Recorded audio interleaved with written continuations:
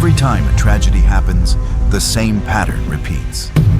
The headlines hit, social media explodes, and within hours the air is filled with noise. People rush to share, react, and argue, long before the facts are even clear. And here's the question: why does it always play out like this? Why is it that the bigger the tragedy, the more confusing and divisive the conversation becomes? It's not just chaos. It's a system, a playbook. And once you see it, you can't unsee it. Because tragedies aren't just moments of grief anymore. They're moments of opportunity for those who know how to weaponize them.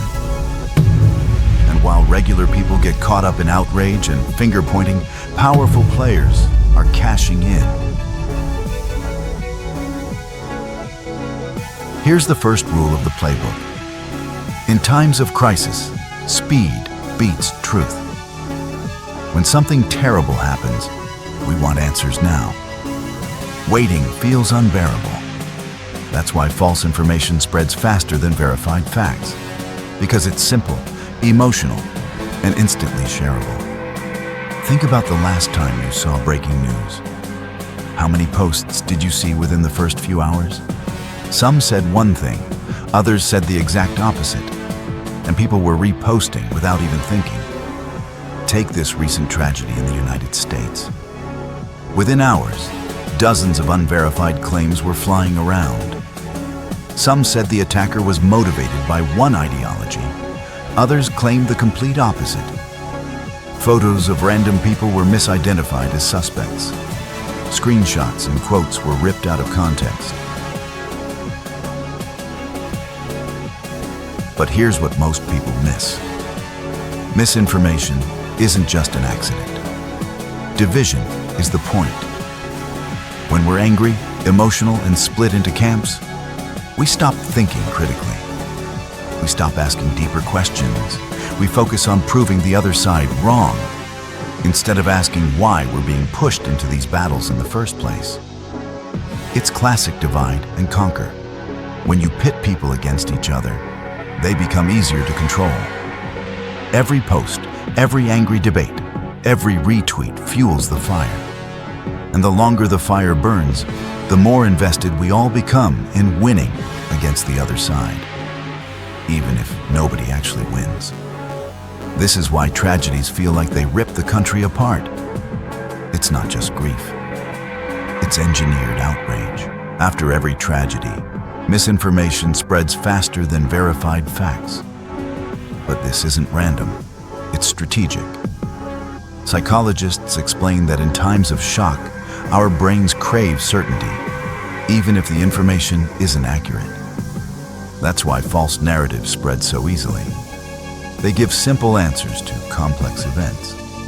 And while people are busy arguing over what's true or fake, the real purpose of these narratives is working in the background to divide society into hostile camps. This is where cognitive biases kick in. Confirmation bias makes people seek out sources that validate their side, while in-group loyalty makes them reject anything from the other side, no matter how credible. The fight becomes less about facts and more about identity. And here's where the manipulation gets even sharper. Division benefits powerful actors. Governments, media outlets, and opportunistic figures all gain when society is distracted and polarized. The public spends energy fighting each other, not questioning who profits from the chaos. Meanwhile, algorithms on social media platforms reward outrage with more visibility, pushing extreme takes to the top of everyone's feed. This keeps people emotionally hooked, addicted to conflict, and blind to the bigger picture. The truth is, the more we're divided, the easier it becomes for those in power to steer the narrative, exploit the distraction, and quietly advance their own agendas.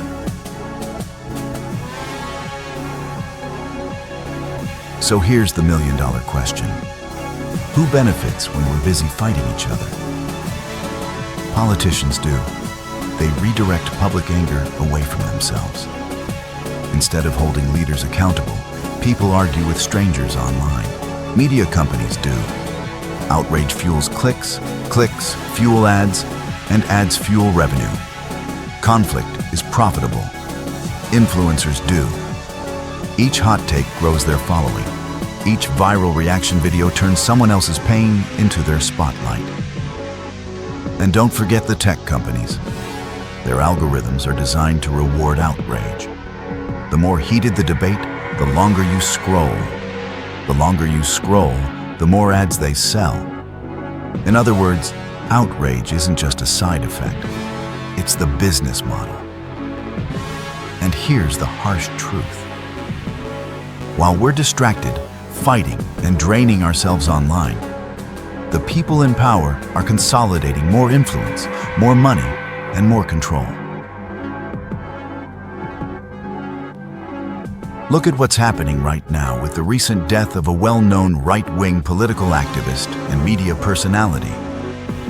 Within hours of the news breaking, misinformation flooded every platform. Some painted him as a villain, others as a martyr. Memes, half-truths, and emotionally charged narratives spread faster than any verified details. And here's the striking part. Both sides immediately used the tragedy as fuel for their own agenda. One camp shouted, "This proves everything we've been warning about." The other camp countered, "This proves the other side is dangerous." But notice what's really happening. The figure at the center isn't even the focus anymore. The tragedy itself has been turned into a weapon, leveraged for clicks, for political gain, and for narrative control. Meanwhile, ordinary people get pulled into endless arguments, while the system keeps profiting from the chaos. So how do you protect yourself from being manipulated by this playbook? Step 1.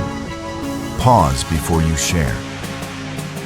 Ask yourself, who benefits if I post this? Who gains from this outrage? If the answer points to politicians, media companies, or influencers, you're probably being played. Step 2. Fact check. Don't rely on a single source. Look at multiple outlets, especially ones that don't always agree with each other. When you cross-check, you can see where the narratives overlap. That's usually where the truth lies. Step 3. Recognize emotional triggers. If a post makes you instantly angry, fearful, or ready to pick a fight, that's a red flag. Remember, anger is the cheapest and most effective tool of control. Step 4. Protect your mental space. You don't have to consume every hot take. You don't have to argue with every stranger. Sometimes the most powerful move is to step back and refuse to be used. Tragedies are real. Lives are lost. Families grieve. That part is human. That part is sacred. But the danger begins when these moments are twisted, when grief becomes a tool, and tragedy turns into fuel for division. Every crisis becomes an opening for manipulation, an opportunity for someone to gain power while the rest of us are pushed into outrage. So the next time a shocking headline floods your feed with claims and counterclaims, pause. Ask yourself, who benefits if I take the bait? Who profits when I fight my neighbor instead of questioning the system? Because here's the truth. Division isn't free.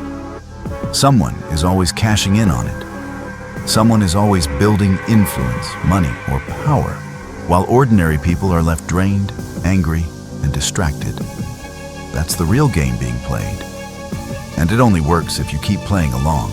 Don't hand over that power. Don't let yourself become their weapon.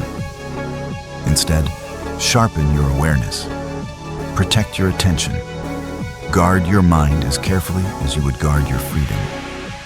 This is Dark Honey, where we cut through the noise and expose the playbook. Stay sharp, stay awake, and always, always think before you fight.